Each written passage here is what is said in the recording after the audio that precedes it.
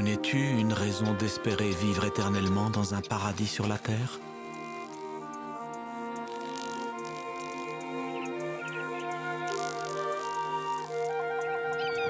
Un jeune garçon qui mettait sa confiance en Dieu a joué un rôle important dans ce domaine.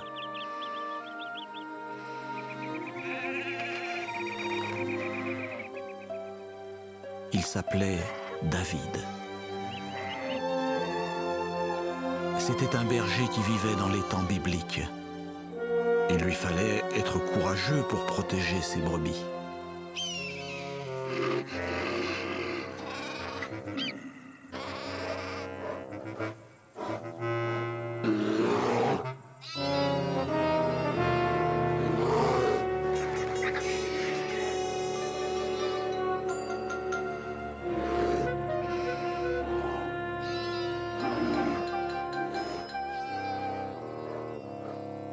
Un jour, il a dû s'attaquer à un ours.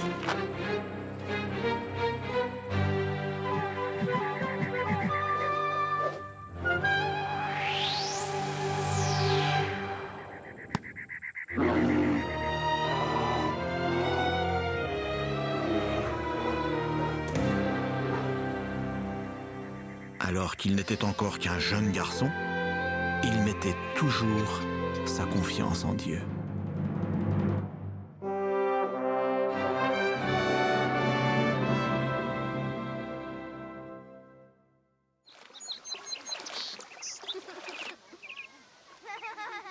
Environ 1000 ans avant Christ, quand Saül était roi, la vie à la campagne était très simple. Mais Saül a désobéi à Jéhovah et a manqué de foi. Jéhovah ne pouvait plus lui faire confiance. Il a donc demandé à Samuel, son prophète, de choisir un roi meilleur. C'était une mission dangereuse. Pourquoi? Parce que si Saül l'apprenait, il tuerait Samuel. Donc, Jéhovah a dit à Samuel de prendre une vache, comme s'il allait simplement offrir un sacrifice. Ainsi, Saül ne connaîtrait pas la raison véritable de sa démarche.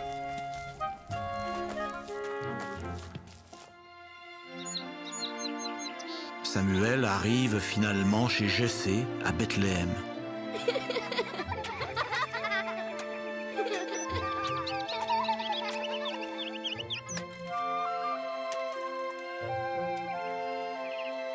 Or Jessé a 8 fils. Quand Samuel voit l'aîné, Eliab, qui était grand et fort, il se dit « C'est sûrement lui que je dois choisir ». Mais Jéhovah avertit Samuel « Ne te laisse pas tromper par les apparences. Je vois ce qu'est réellement l'homme à l'intérieur. »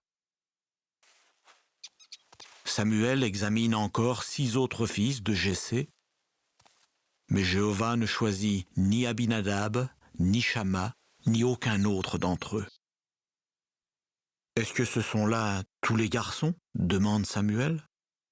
Jessé lui répond qu'il n'y a plus que David, le dernier, qui fait paître les moutons. « Fais-le venir, lui dit Samuel.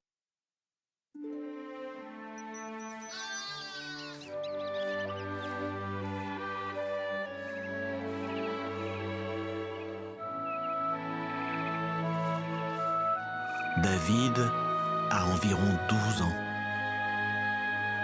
Jéhovah va-t-il vraiment choisir David? Ses frères ne le pensent pas. Quand David arrive, Samuel a devant lui un magnifique garçon avec de beaux yeux, mais il n'est encore qu'un enfant.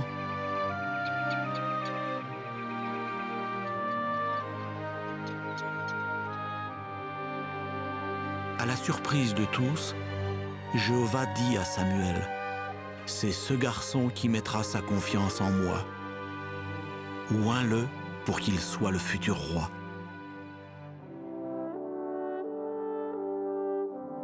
À partir de ce moment-là, l'esprit de Jéhovah est avec David.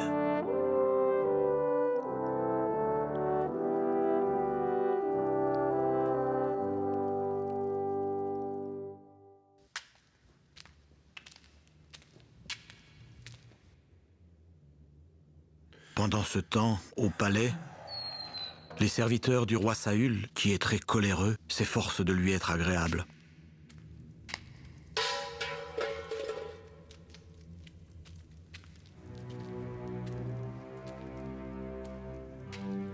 Le mauvais roi Saül comprend que Dieu l'a rejeté. Et cela le met de très mauvaise humeur.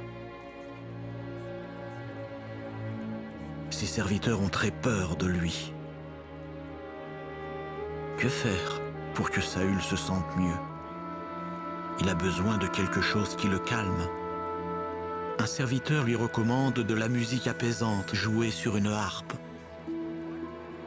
On fait donc venir un harpiste habile. Et qui a-t-on choisi? Nul autre que David. Saül en vient à beaucoup aimer David, parce que sa musique lui fait du bien.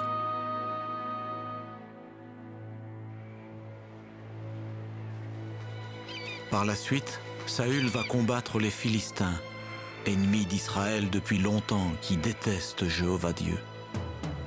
Les armées d'Israël campent dans la vallée d'Éla.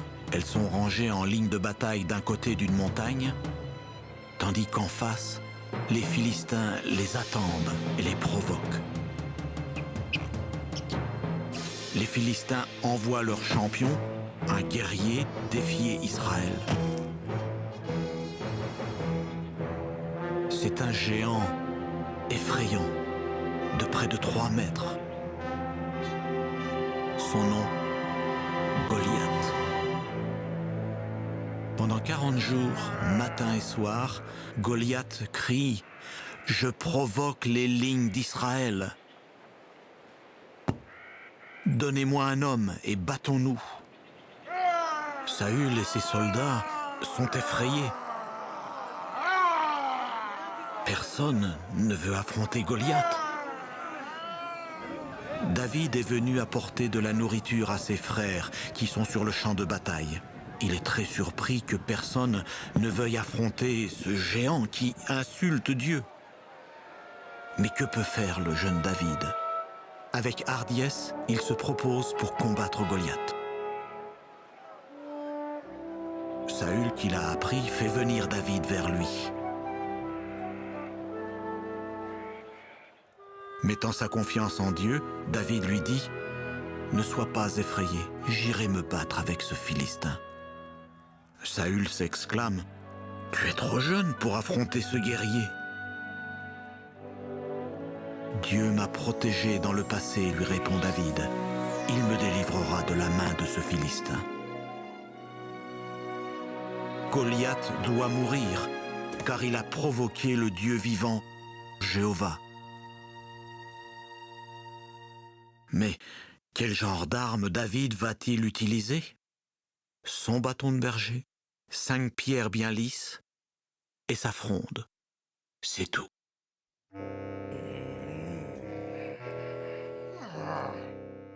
Le géant n'en croit pas ses yeux. Qui est ce garçon qui vient l'affronter?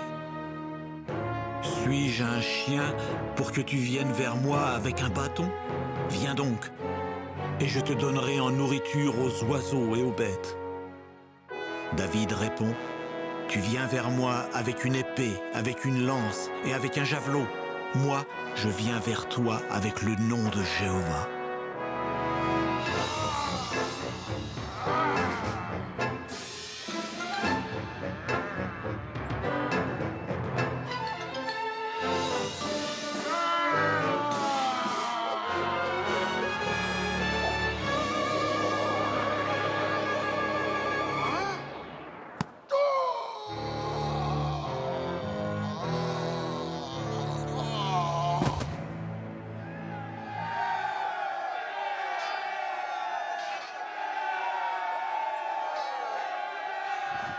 Pris de panique, les Philistins s'enfuient. Le Dieu d'Israël triomphe par la main d'un jeune berger.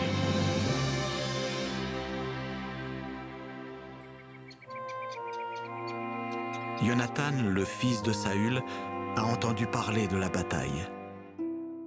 il est impressionné par la victoire de David sur Goliath.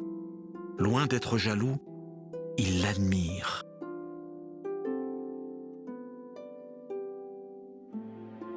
Ils deviennent de grands amis et Jonathan promet à David de l'aider jusqu'au bout.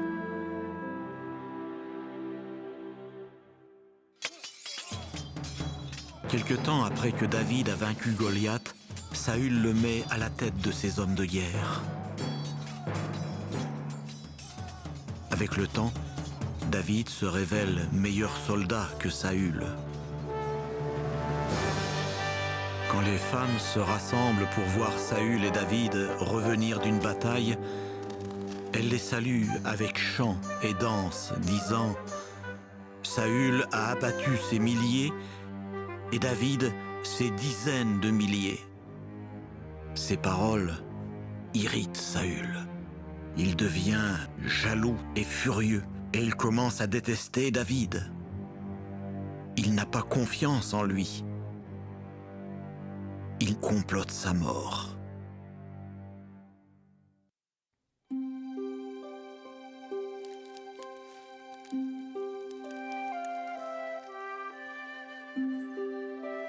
Saül a une fille très jolie qui s'appelle Michal.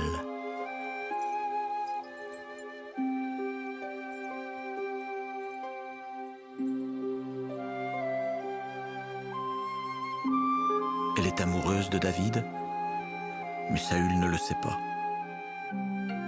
Les serviteurs de Saül comprennent qu'elle désire l'épouser. Quand Saül apprend que Michal aime David, il pense avoir enfin une chance de se débarrasser de lui. Par l'intermédiaire de ses serviteurs, Saül fait une offre à David. Il lui donnera Michal s'il tue une centaine de Philistins. Saül espère que ce sont plutôt les Philistins qui tueront David. Mais David relève le défi et avec quelques hommes, il tue non pas 100, mais 200 Philistins. Le stratagème de Saül échoue donc. Il doit donner Michal à David. Il est évident que Jéhovah est avec David. Et cela fait peur à Saül. À partir de ce moment-là, Saül devient le pire ennemi de David. Cependant, Saül a toujours besoin de la musique apaisante de David. Mais plus pour longtemps. La haine de Saül devient manifeste.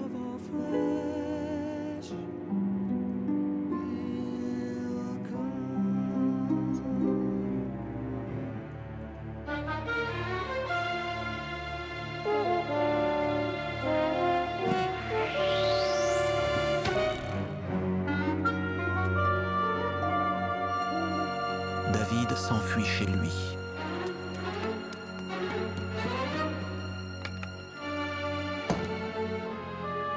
Michal l'avertit, « Si tu ne te sauves pas cette nuit, demain tu seras mort. »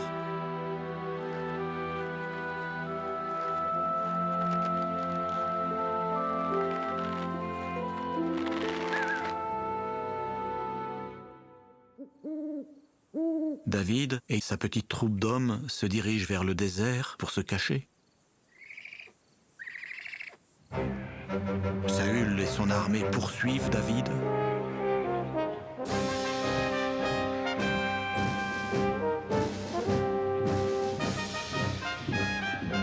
David est obligé de s'enfoncer de plus en plus dans le désert. Quels dangers l'attendent?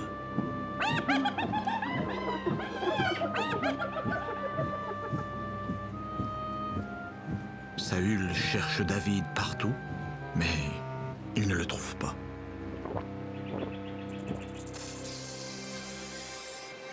Il est néanmoins déterminé à le tuer.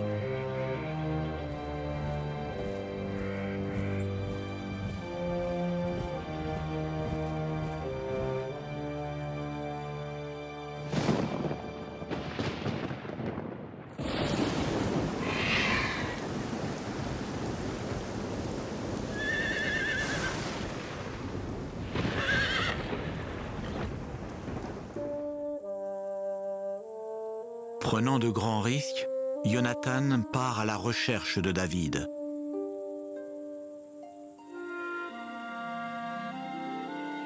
Il espère l'encourager. Et il a bien du mal à le trouver.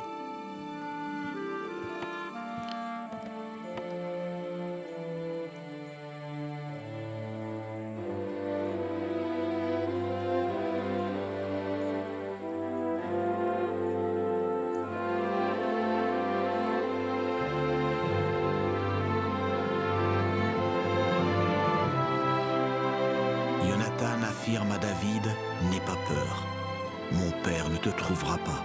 Tu seras roi sur Israël et je serai le second après toi. » Ils se promettent fidélité, mais c'est leur dernière rencontre.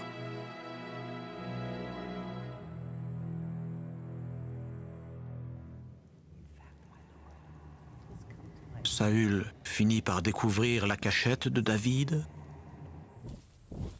Avec 3000 de ses meilleurs soldats, il encercle David.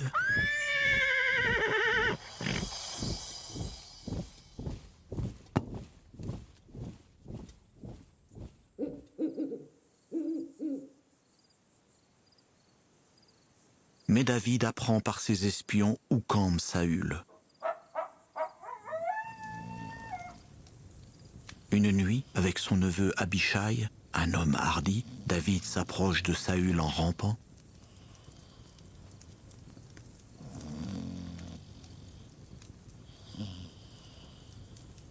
Tous les gardes se sont endormis.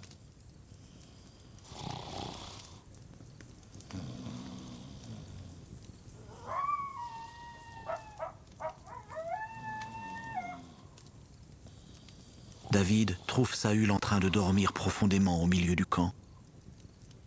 Abishai, qui veut absolument tuer Saül, murmure à David, « Permets-moi, s'il te plaît, de le clouer à terre avec la lance. Une seule fois suffira. » « Non, jamais je ne penserai à faire du mal au roi oint de Jéhovah, lui répond David.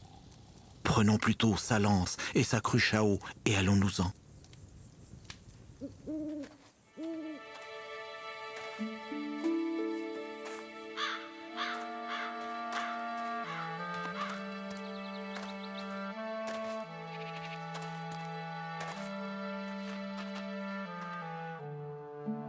Du sommet de la montagne voisine, David interpelle alors le chef de la garde personnelle de Saül. « Pourquoi n'as-tu pas veillé sur ton seigneur le roi?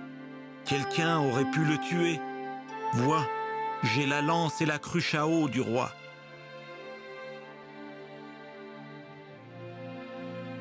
Puis il dit à Saül, « J'aurais pu te tuer, mais je ne l'ai pas fait.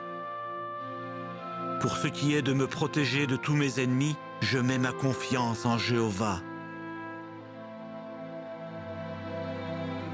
Saül répond, « Tu seras béni, David. Tu l'emporteras à coup sûr. » David s'en va alors, et Saül retourne chez lui.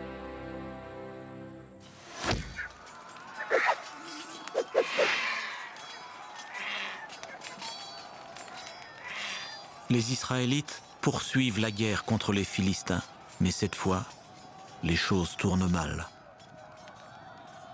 Sur le mont Gilboa, les Philistins encerclent Saül. Ils tuent 3 de ses fils. Parmi eux, il y a Jonathan, l'ami le plus sûr de David. Puis les archers repèrent Saül. Il tombe grièvement blessé. Plutôt que d'être mis à mort par ses ennemis, il se jette sur son épée et se tue. David, qui s'est montré fidèle au roi choisi par Dieu, est si peiné qu'il déchire ses vêtements. Et ses soldats et lui pleurent, se lamentent et jeûnent. David compose également un chant funèbre. « Je suis profondément affligé. Saül et Jonathan sont morts l'un et l'autre. Mon frère Jonathan, tu étais mon ami le plus proche, le plus sûr.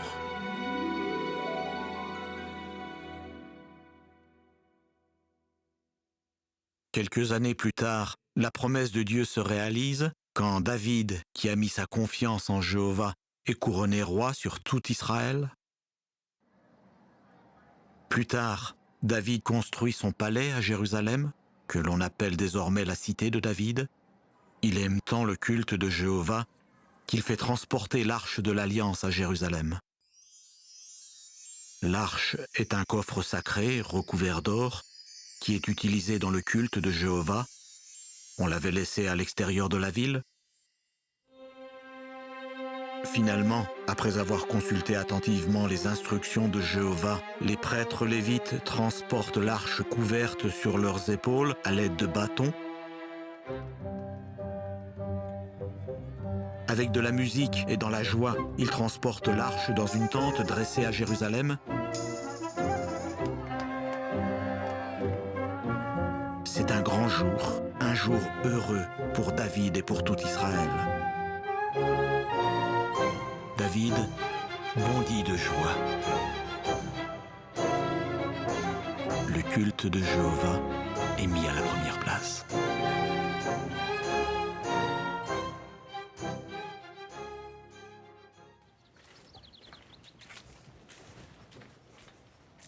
David est heureux et en sécurité dans son palais royal, mais il pense à l'arche du vrai Dieu qui se trouve dans une simple tente. David désire construire un temple magnifique pour Jéhovah. Mais Jéhovah va-t-il le lui permettre? Il envoie le prophète Nathan informer David de sa décision. À David, surpris, Nathan explique que, comme il est un homme de guerre, il ne bâtira pas le temple. Cet honneur sera accordé à un fils qu'il aura plus tard. Évidemment, David est déçu. Jéhovah fait une nouvelle promesse à David. La royauté ne sera pas enlevée à sa famille. Finalement, un de ses descendants régnera à jamais sur toute la terre. Ce sera le meilleur roi que le monde aura jamais connu.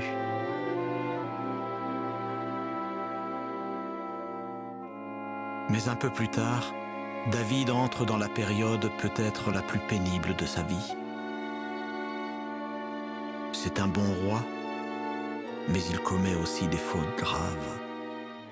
Un jour, il regarde Bathsheba, la femme d'un autre homme, en train de se baigner. Il la désire, la fait venir et couche avec elle. Puis il s'arrange pour que son mari soit tué au combat.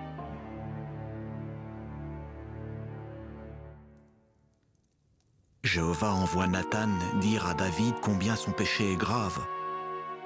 Toutefois, en raison de la promesse de Dieu relative au royaume, David ne mourra pas, mais Jéhovah le punira sévèrement.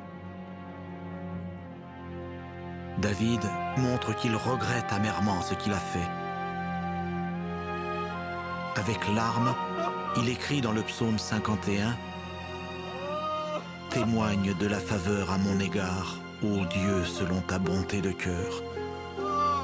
Contre toi j'ai péché, et ce qui est mauvais à tes yeux, je l'ai fait. Jéhovah pardonne à David ses péchés graves.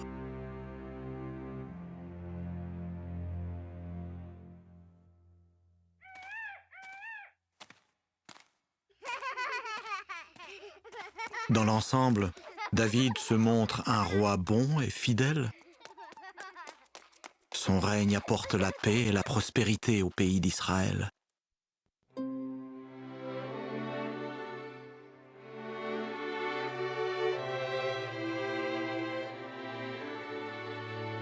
Vers la fin de sa vie, David rappelle à son fils Salomon, qui doit lui succéder, les leçons précieuses qu'il a apprises au cours de son existence.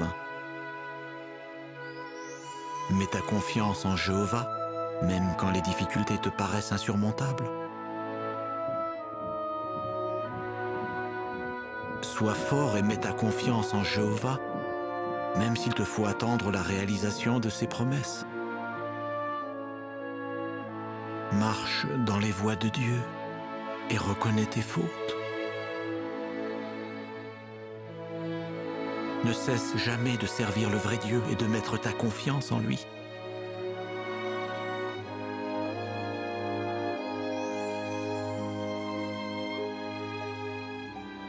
Souviens-toi que le royaume éternel promis par Jéhovah viendra par notre lignée familiale.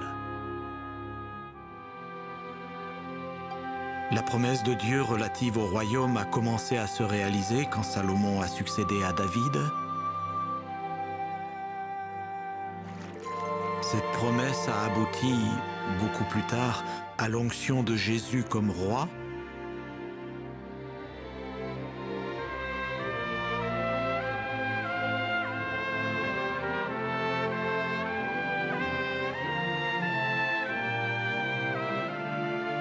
Jésus, qui règne maintenant dans les cieux, est le roi légitime de toute la terre. Il régnera sur un paradis qui s'étendra sur la terre entière.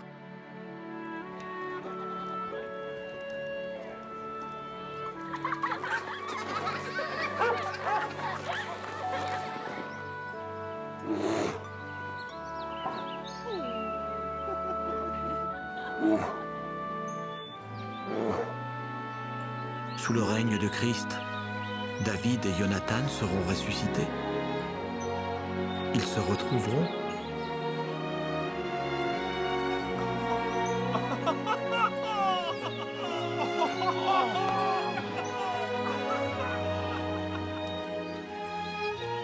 Si tu désires être béni comme David, continue de servir Jéhovah fidèlement. Tu obtiendras alors la vie éternelle aux côtés de David et de Jonathan dans le monde nouveau promis par Dieu.